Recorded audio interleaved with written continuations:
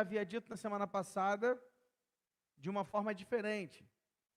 O livro de Crônicas tem como objetivo mostrar ao remanescente do pós-exílio, ou seja, aqueles que saíram da Babilônia. Então, o livro de Crônicas tinha o objetivo que aqueles que saíram da Babilônia pudessem conhecer o caráter bondoso de Deus, a maneira como que Deus cuidou para que o seu povo chegasse até ali, como ele estava cuidando para que a história fosse criada, construída a partir do objetivo maior, que era o Messias.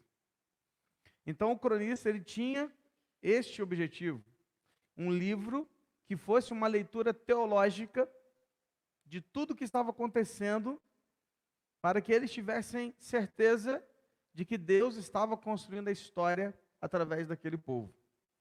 Então, o livro de Crônicas, ele tem esse propósito. Então, nós aprendemos também na semana passada que até Reis, a gente veio numa linha cronológica. Mas Crônicas, ele volta um pouquinho e refaz de novo um pedaço dessa linha, que hoje nós vamos começar a ver. Então, é como se a gente estivesse recapitulando um pouco a história e lendo a história de novo a partir de Davi, tá? Com outro olhar, a partir de uma outra perspectiva, sob uma outra ótica, uma ótica mais teológica, com objetivos específicos que o cronista tinha ao decidir e ao ser levado pelo Espírito Santo a escrever o livro de Crônicas. Então, nós vamos ver, por exemplo, que o cronista, ele não tem o maior, ele não teve o cuidado, ele não quis, ele não foi levado para isso, ou seja, o Espírito Santo de Deus não o levou a isso, ele não escreveu nada sobre Saul. Por que não, pastor? Porque Saul não andou segundo os caminhos de Deus, porque Saul não fez e não cumpriu a vontade de Deus. Então, Saul, ele só vai aparecer aqui para falar da morte dele, só para isso. Mas a história mesmo vai ser dita sobre Davi, sobre Salomão e a construção do templo, e depois vai falar sobre os reis de Judá, não de Israel, só de Judá, porque, de novo, o objetivo do cronista não era falar da história como um todo, mas era apenas falar da construção da história a partir de Davi, da linha de Davi até o Messias, ok? Então esse é o objetivo, por isso ele só vai falar do reino de Judá. Estou recapitulando um pouquinho o que eu falei na semana passada, para que a gente possa entrar no estudo de hoje, já com essa visão, um pouco, já lembrando um pouquinho mais daquilo que a gente já falou na semana passada. Então vamos lá. 1 Crônicas 10, de 1 a 7. Então olha só, nós vamos ver um pouquinho hoje do que foi a morte, de como foi a morte de Saul, e vamos entrar já na vida de Davi. Enquanto a gente vai falando, eu vou destacar algumas lições aqui para as nossas vidas nessa leitura, tá? 1 Crônicas 10, de 1 a 7, diz assim: os filisteus lutaram contra Israel, e os homens de Israel, fugindo da presença dos filisteus, caíram mortos no monte Gilboa. Os filisteus perseguiram Saul e seus filhos e mataram Jonatas, Abinadab e Malquizua, filhos de Saul. A batalha se intensificou contra Saul. Os flecheiros o avistaram, ele foi ferido gravemente. Então Saul disse ao seu escudeiro: arranca a sua espada e atravesse-me com ela, para que não venham esses incircuncisos e zombem de mim.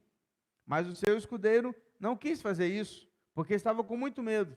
Então Saul pegou a sua própria espada e se lançou sobre ela.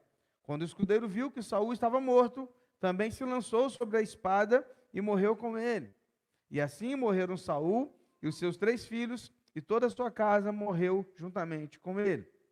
Quando os homens de Israel que estavam no vale viram que o exército de Israel fugiu e que Saul e seus filhos estavam mortos, abandonaram as cidades e fugiram, e vieram os filisteus e habitaram nelas. Bom, rapidamente, nós já passamos por essa história, certo? Quem já está com a gente aqui há muito tempo e está acostumado com o estudo, meio que dá um déjà vu, né? A gente, opa, já vi isso aí, hein? Já lembrei desse negócio, hein? Porque a gente já passou por isso.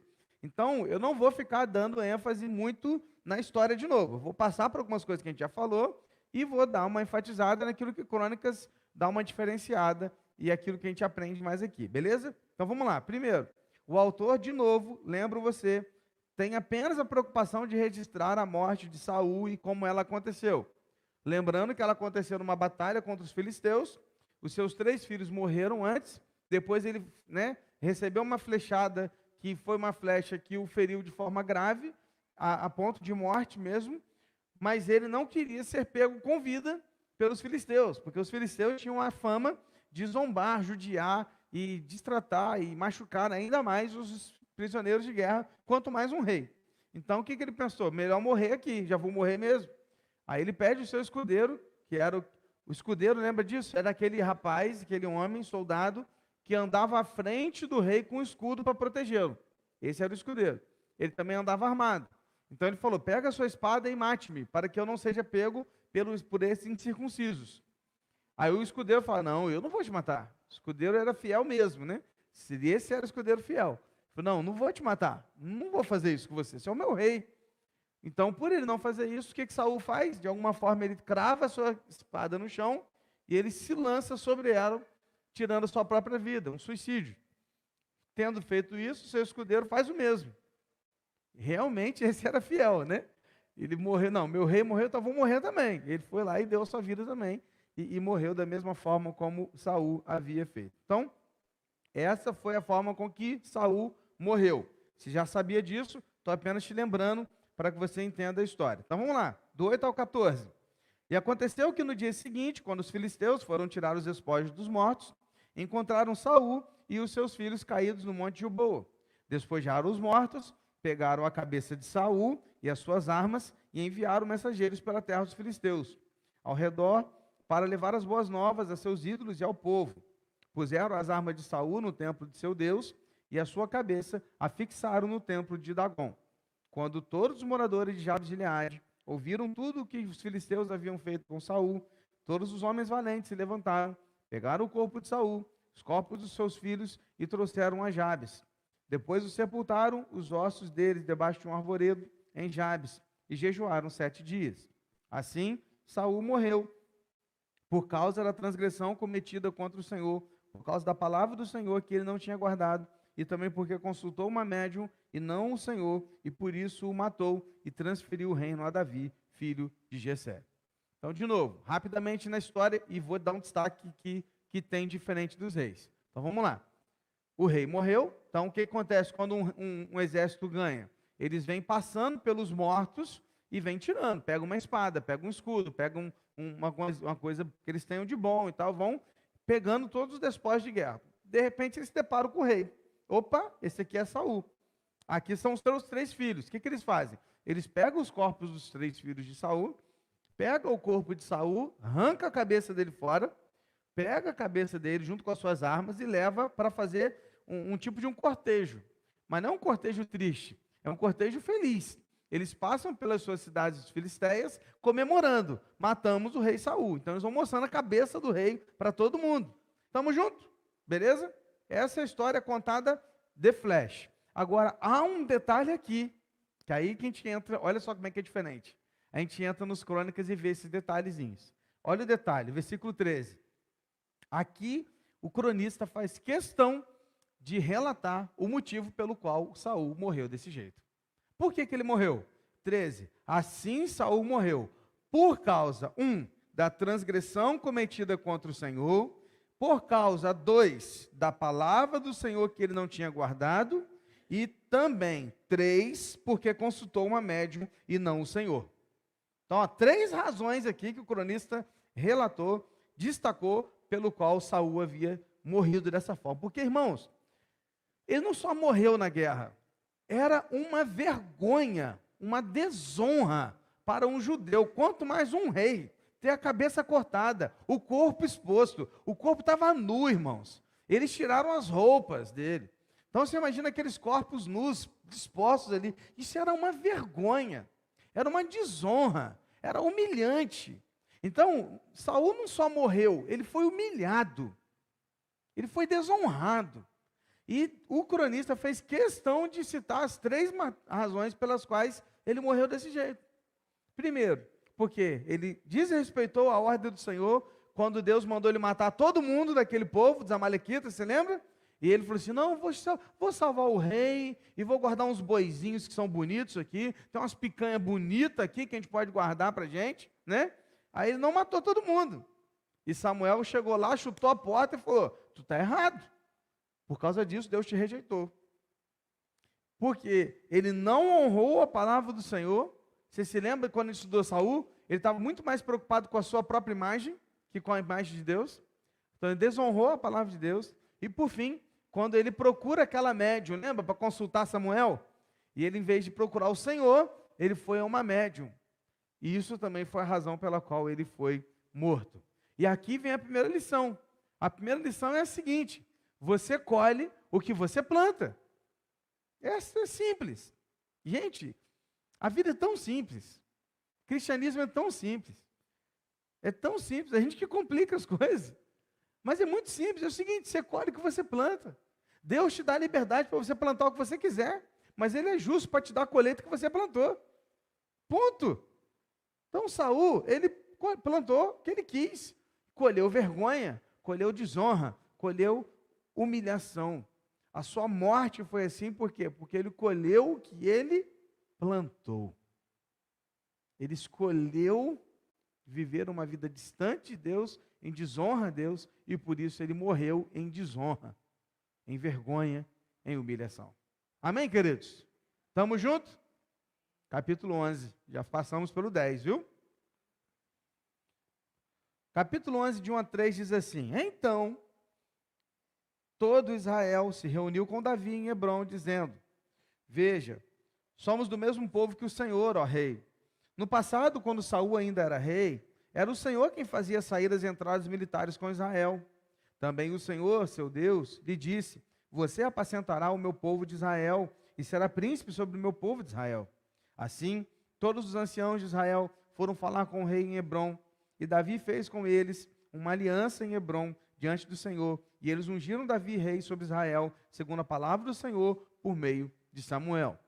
De novo, irmãos, perceba que o cronista não está preocupado com detalhes.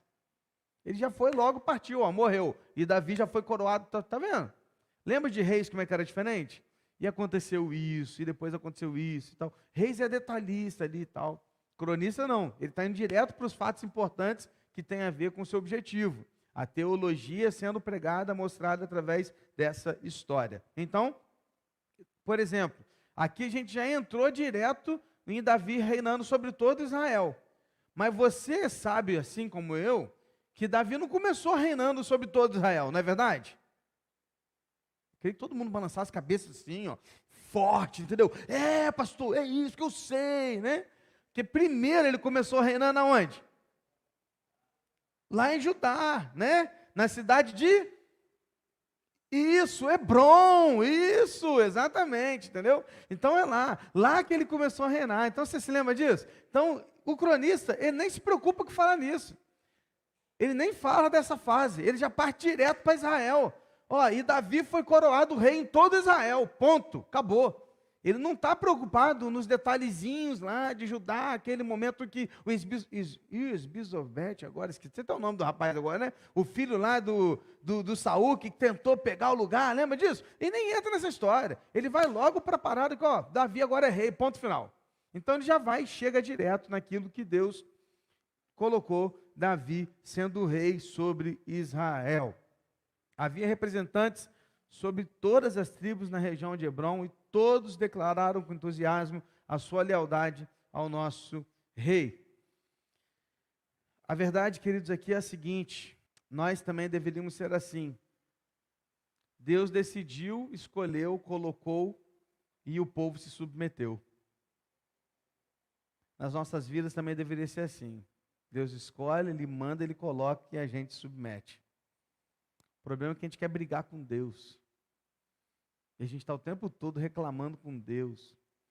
E falando que Deus errou. Não, Deus não erra.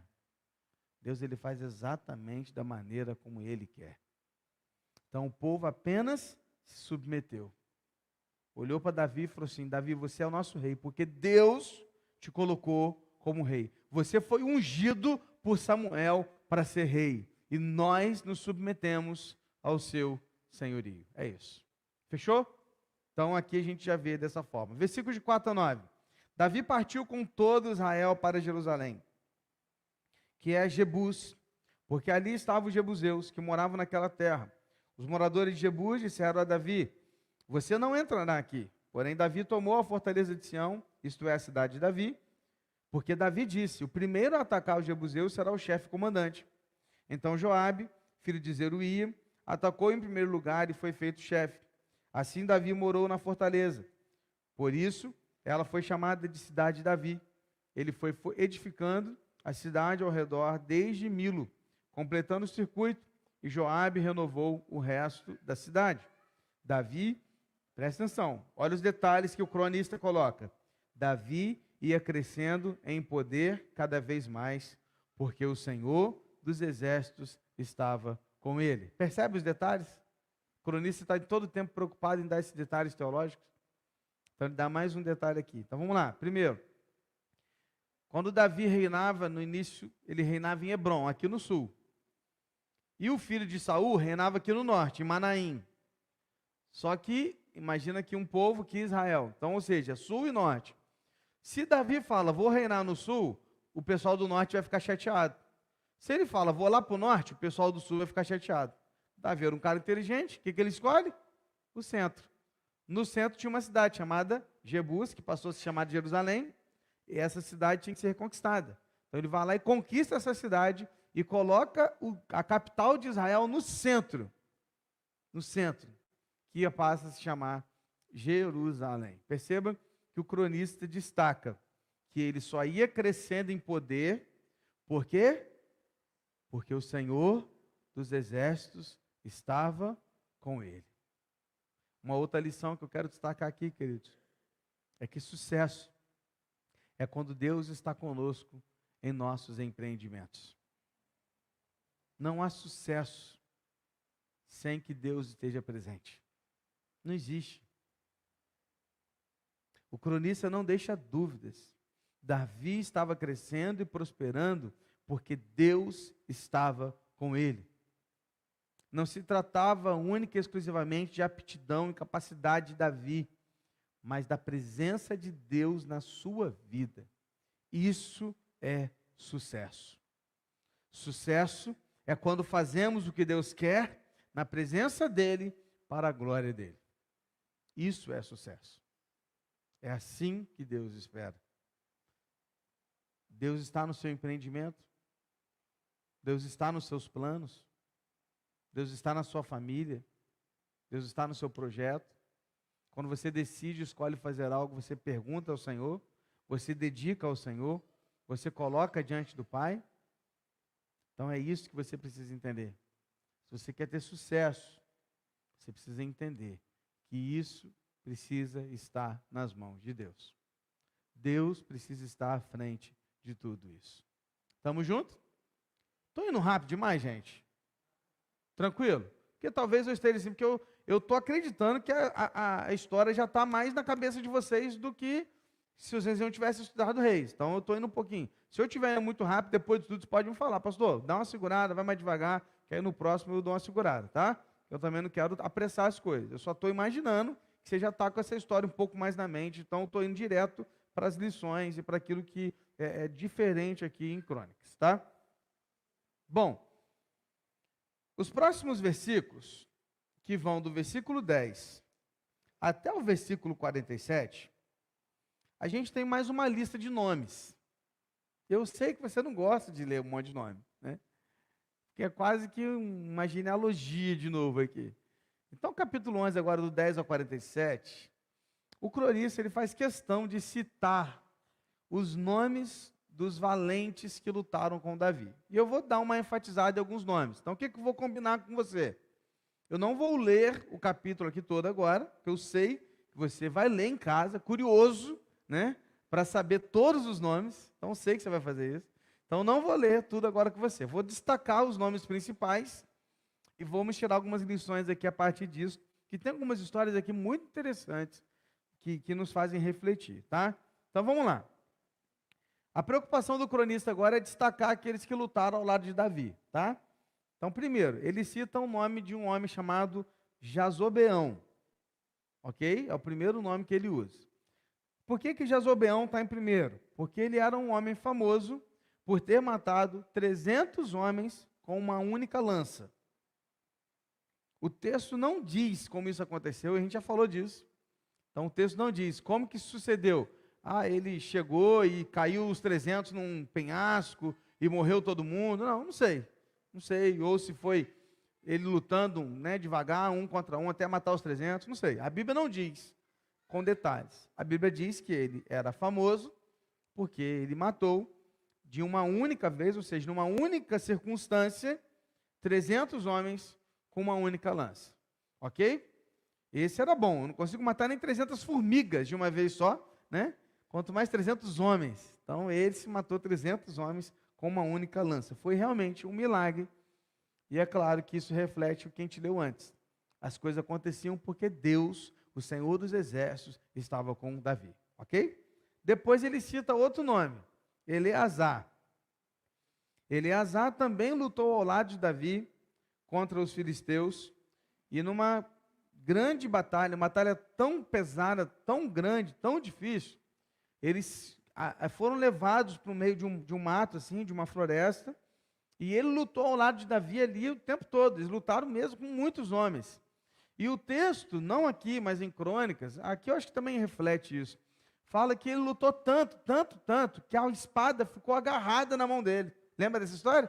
Ficou tanto tempo que ele ficou aqui segurando com tanta força, chegou uma hora que ele não conseguia tirar mais a espada. Ela ficou agarrada na mão dele. Então, por tamanho tempo que ele ficou lutando ao lado de Davi. Por isso o nome dele é destacado aqui, tá? Então, Eleazar é o segundo nome em destaque. Depois, ele vai citar 3 valentes, que ele não dá o nome deles. 3 anônimos. Mas a Bíblia aqui cita esses nomes porque eles fizeram algo muito interessante, algo de muito valor. O que acontece? Num daqueles momentos em que Davi fugia de Saul, lembra desses momentos?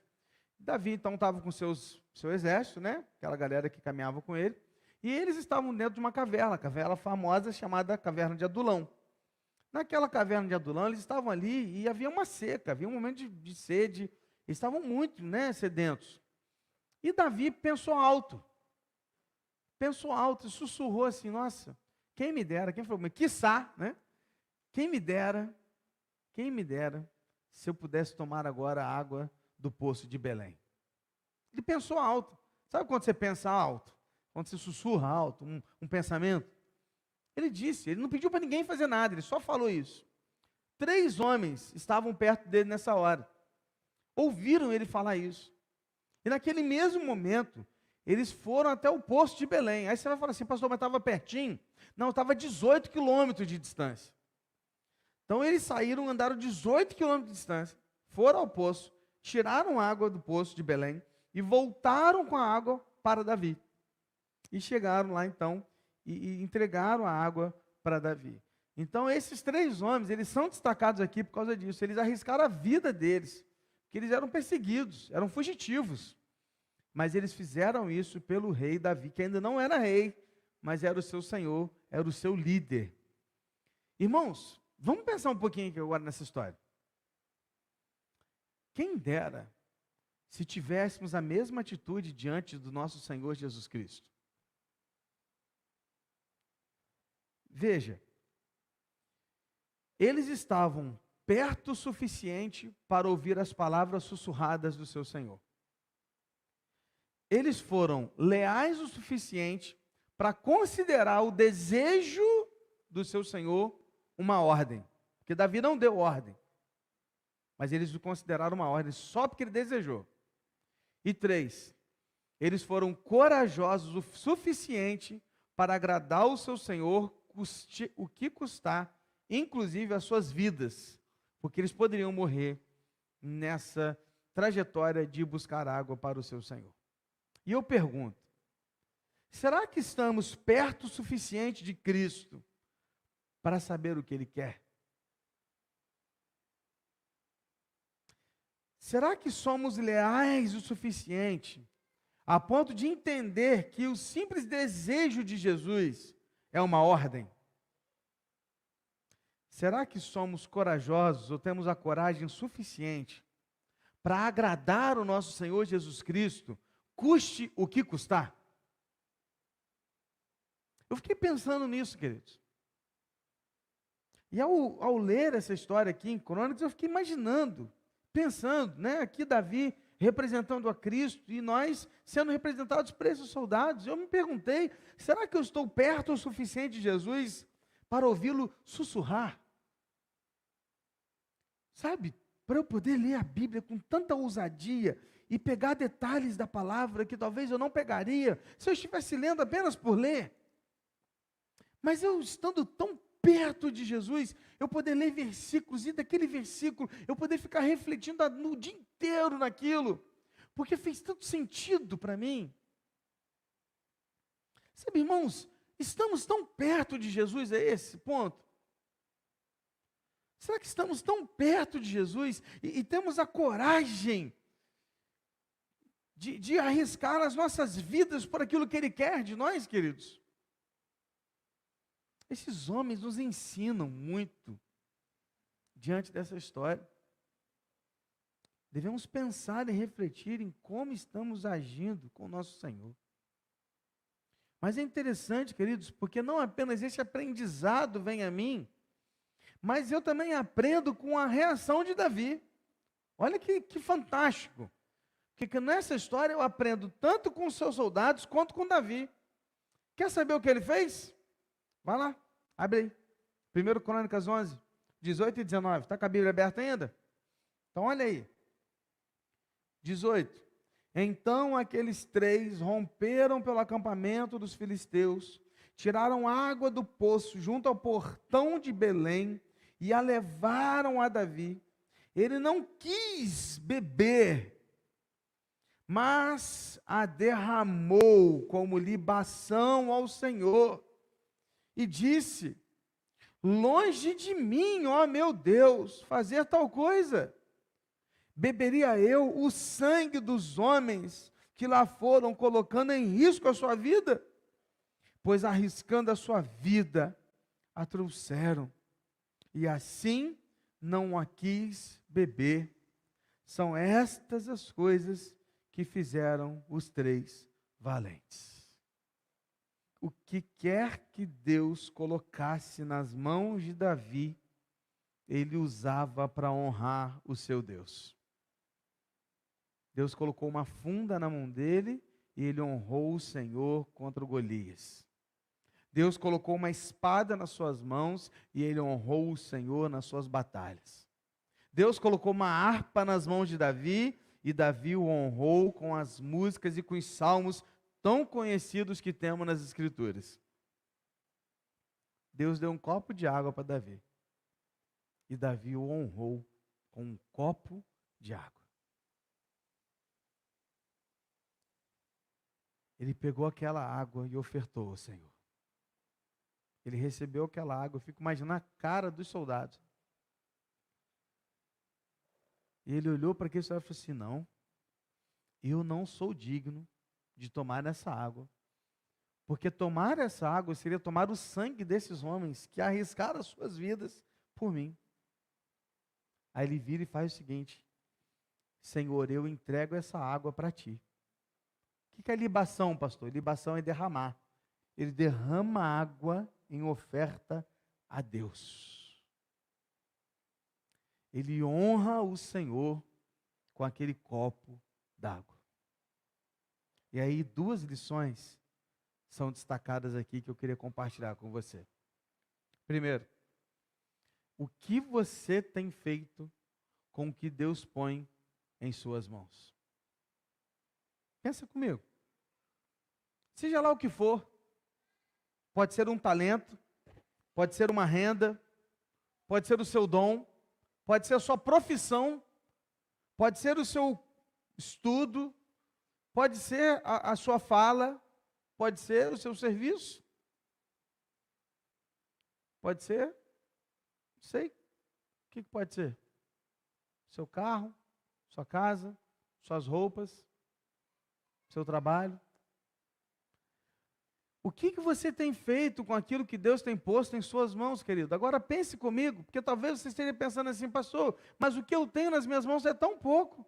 Aí eu te pergunto, é menor que um copo d'água? O que você tem nas mãos vale menos que um copo d'água? Porque Davi tinha um copo d'água na mão, e ele fez esse copo d'água honrar o Senhor. Eu quero te perguntar nessa noite, querido, que você, e fazê-lo refletir e pensar, é que você não venha pensar que o que você tem não vale nada para Deus, porque tudo que você tem, primeiro vem de Deus.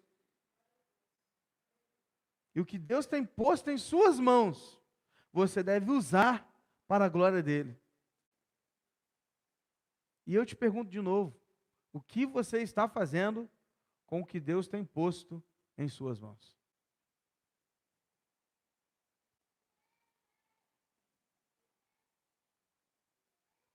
Quem dera se pudéssemos fazer como Davi.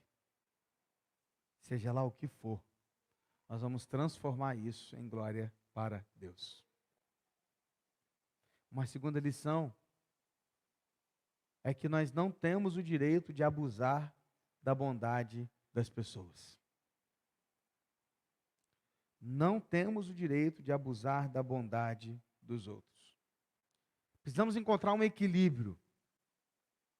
Ao mesmo tempo, querido, que é nobre ver pessoas, por exemplo, honrando seus líderes, nós temos que tomar cuidado para não abusar da bondade, da boa vontade dessas pessoas.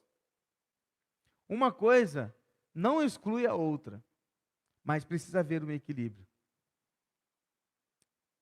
Deus nos ensina a dar honra a quem merece honra. Ponto. E o que depender de você e o de mim, devemos honrar os nossos líderes. Ponto. Lhes dando sempre o que for possível em adoração a Deus. Não a pessoa, a Deus. Ao mesmo tempo que nós não podemos abusar da bondade daqueles que aprenderam a honrar os seus líderes. Precisamos de equilíbrio. Equilíbrio. Porque honrar aqueles que Deus colocou na liderança não é ser puxa-saco, como já ouvi em algumas vezes, por exemplo. Quando algumas pessoas presenteiam o pastor, ou fazem alguma coisa pelo pastor, e a gente ouve isso, lá, puxa-saco. Vamos separar as coisas. Primeiro, uma coisa é saber que honrar aqueles que merecem honra é bíblico. E isto é ser grato a Deus pelo que Ele tem feito através dos seus líderes na terra. Ponto. Ficou claro? Ponto 2. Isso não me dá o direito de abusar da sua boa vontade. A mim, ou seja lá qual for o líder. Isso não me dá o direito agora de usar disso a meu favor e me aproveitar de você, por exemplo, porque você entendeu o princípio da honra. Não, isso não me dá o direito. E eu tenho um medo danado disso. Você não tem ideia. Como que eu piso em ovos nessas questões? Me sinto muito sem graça quando alguém me dá alguma coisa, mas ao mesmo tempo eu não posso rejeitar, porque eu sei que aquilo é feito não por mim, mas pela glória de Deus, por aquilo que Deus tem feito na vida dessa pessoa. E ao mesmo tempo tomar cuidado para entender até que ponto isso realmente é honra e é glória para Deus. Equilíbrio. Equilíbrio. Porque tudo deve ser para a glória de Deus. Amém, irmãos? Há outros nomes. Abissai é um outro nome que é citado. Ele era sobrinho de Davi, irmão de Joabe, também matou 300 soldados. Ele é aquele cara que estava no acampamento com Davi, lembra? Que Saul estava dormindo e todos os soldados, aí os dois foram de fininho assim, pegaram a lança de Saul, você lembra disso? Aí esse foi aquele que falou com Davi, mata ele, Davi, não quer matar, deixa que eu mato, lembra? Aí Davi falou assim, não, Não, não, não. Nós não vamos tocar no ungido do Senhor. Pegaram a lança, passaram para o outro lado do vale, lembra? Aí no outro dia que todo mundo acordou, eles gritaram: Ei, Saul, a sua lança aqui comigo, ó, tá vendo? Podia ter te matado, mas não fiz. Quem estava com Davi? Era o Abissai, que é citado aí nesse texto aí, que você está lendo comigo. Depois ele cita Benaía. Benaía é aquele que é nascido na tribo de Levi, que era para ser um sacerdote. Lembra desse cara? E ele escolheu ser guerreiro. É maneiraço. Você lembra desse cara? Todo mundo fica assim. Né? Então, é aquele cara que era para ser sacerdote. E ele escolheu ser guerreiro. Ele abriu mão do sacerdócio para ser guerreiro. Chegou a comandar a guarda real de Davi. Ele foi aquele cara que matou um leão numa cova debaixo de gelo, debaixo de neve. Lembra dessa história? Então, é esse cara, é o Benaía. Então, ele foi esse cara. E ele também que matou um gigante. Quando Joabe tentou matar, aliás, coisas diferentes. Matou um gigante. E outro momento foi quando Davi morre e Joabe tenta colocar Adonias no trono e não Salomão. É esse Benaía que vai lá matar Joabe, porque Joabe estava desonrando Davi. Que Davi já tinha dito que Salomão iria sucedê-lo no trono. Então esse é o cara, o Benaía. E depois que ele chega aqui, dos versículos 26 até o 47, ele cita 30 nomes, que são os 30 guerreiros, outros 30 valentes, extraordinários, que lutaram junto de Davi. E aqui ele fecha o capítulo 11. O que você tem feito com aquilo que Deus tem te dado no serviço do nosso Rei? Que lições tão especiais a gente pode levar para casa hoje? A gente colhe o que a gente planta, de que o Senhor nos dá sucesso com relação à presença do Senhor nas nossas vidas, que sucesso não é sobre ganhar ou fazer mais, mas é sobre ter o Senhor Jesus em tudo que fazemos. Pensando se temos estado tão perto do Senhor a ponto de ouvi-lo sussurrar. E se temos a coragem que esses homens tiveram para arriscar a vida. Lições que nos fazem pensar sobre o que temos feito com aquilo que o Senhor tem nos dado. E ó Deus, como que o Senhor tem nos dado tantas coisas. E precisamos pensar o que estamos fazendo com aquilo que o Senhor tem colocado em nossas mãos. E ao mesmo tempo, nos dê equilíbrio para não abusar da bondade e da boa vontade daqueles que entenderam o princípio da honra do Senhor. Para que haja um equilíbrio, a fim de que a glória do Senhor seja vista. Porque esse é o grande objetivo, a glória do Senhor. Deus, trabalhe em nós, e que durante todos os próximos dias, a gente pense no que temos feito com aquilo que o Senhor tem nos dado. Por favor, nos faça refletir nessa palavra, em nome de Jesus. E agora, que o amor de Deus, o Pai, a graça salvadora do nosso Senhor e Salvador Jesus Cristo, a comunhão e a consolação do Santo Espírito de Deus, esteja com todo o povo de Deus espalhado na face da terra, mas em particular, Senhor, com o teu povo sedento da tua palavra aqui neste lugar, agora e para todos sempre. Amém, Senhor. Que Deus abençoe as nossas vidas.